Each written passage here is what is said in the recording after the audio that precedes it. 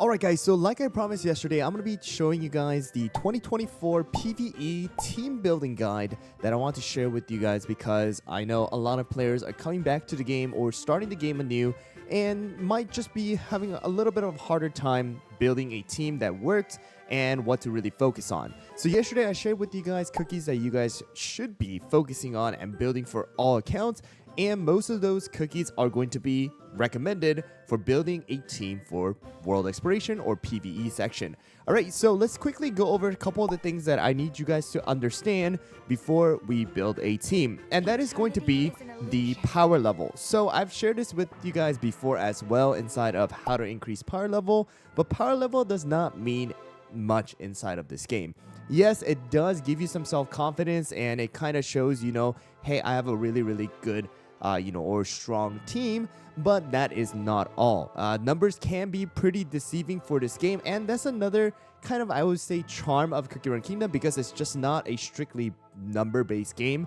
A lot of different things come into play when you're actually trying to, go through the story mode, go through the dark mode, everything that Cookie Run Kingdom provides. With the power level, the stats of your cookies, the class, and whether they have a lot of more attack or crit substats, as well as the damage that they're going to be dealing with their skill, all comes into effect. So just because you have really high power level does not mean you're going to be able to automatically win the stage, all right, or beat the stage, because like inside of the beasties, right? For example, we have 1-30 hard mode, and this is going to be the team that kind of beats this, which is way less, right? 1 million plus less than what the actual recommended or the power level of the stage. So just keep that in mind when you guys are playing the world exploration. Number does not mean everything. Just because you have a higher number doesn't mean that you're going to actually be able to clear that stage.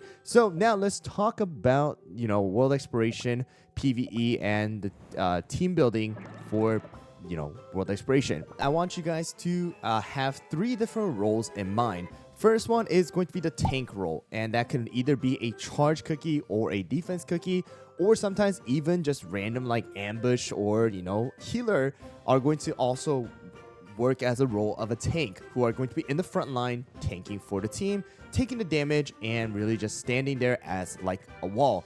And then the next one is going to be your damage dealer, or we call them DPS, all right?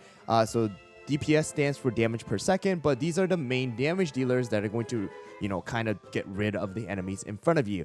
All right, and then the last role is going to be your healer/support roles, which are going to be the ones to heal your cookies as well as give various buffs that will benefit the team. So when it comes to team building, there are going to be 3 ways I would say it kind of divides into. So it's going to be a 2-1-2, a 1-2-2, or a 2-2-1. So what I mean by that is going to be the number of cookies that are going to be in the front, middle, as well as the rear. So when I mean by 2-2-1, it means that there's going to be 2 tanks or 2 cookies in the front, 2 in the middle, as well as 1 in the rear. So an example of that is going to be with the cookies that I recommended, something like Financier, as well as having someone like Fettuccine, if I can find Fettuccine. So those are going to be the 2 tanks, so 2, as well as White Lily and someone like, we'll put Captain Caviar.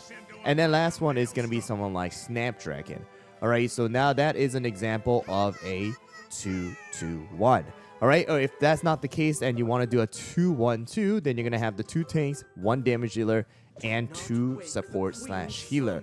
Or if you want to do something more offensive, then you could do 1-2-2, which is going to be something like this, where you have 1 tank, 2 damage dealer, as well as 2 healers. Of course, there are exceptions where you can put in a 3rd DPS in here, or a 3rd healer in here, or a 3rd tank in here. But this is generally how most teams are going to be made, and the cookies are going to depend on what kind of team you are kind of working towards.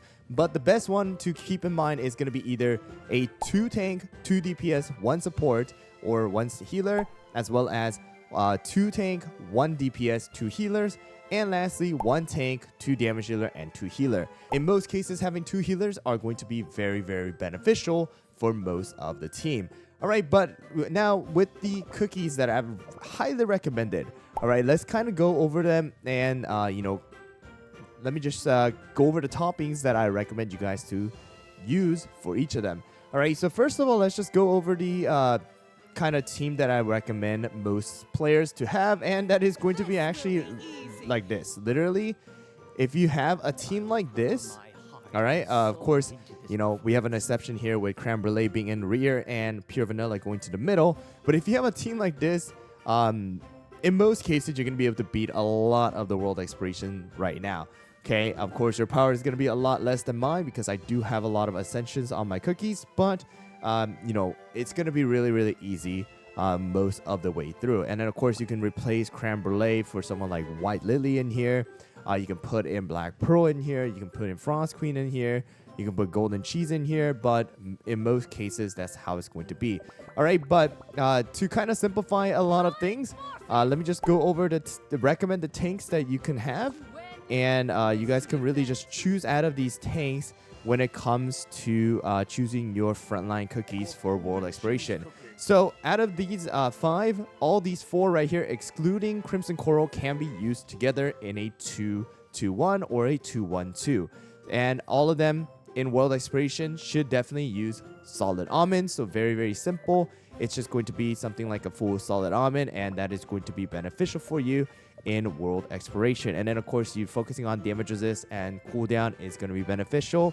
And the biscuit, if you can get something like, you know, extra cooldown, extra damage resist, you know, extra defense and things like that, HP, all helps out greatly for any of your tanks.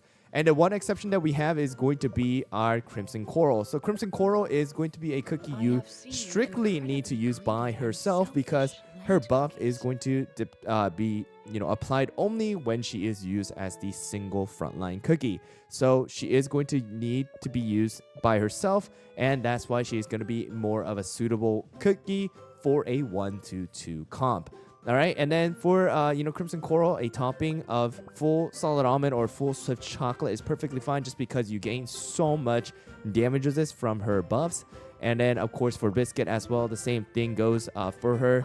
You know, having damage resist, cooldown, attack, HP, defense, all those things are going to be beneficial for Crimson Coral. So that's going to be your tanks, all right? And then for the damage dealers, there are a lot, but most of these right over here are amazing.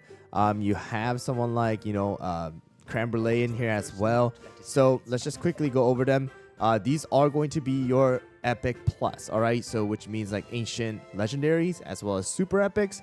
But these are going to be the 4 that I highly recommend you guys to build and use in your world exploration team if possible. These guys are all going to deal a great amount of area damage, which means that you're not focusing on one single target. They're all going to target everybody inside of the battle. All right, so it's going to be White Lily, Golden Cheese, as well as Black Pearl and Frost Queen, and all of them just focus on using the Full Searing Raspberry. I think that's perfectly fine for them. And then, you know, focusing on the damages as well as cooldown. And for their biscuits, most of their biscuits are going to be focusing on attack as well as damage resist. Sometimes crit is going to be really good too. And then, you know, extra cooldown and stuff like that are always beneficial. So now moving on to the epic ones that I recommend are going to be something like Black Raisin, as well as someone like Captain Caviar, Tartatan, Creme Brulee, as well as someone like Prune Juice is also really good.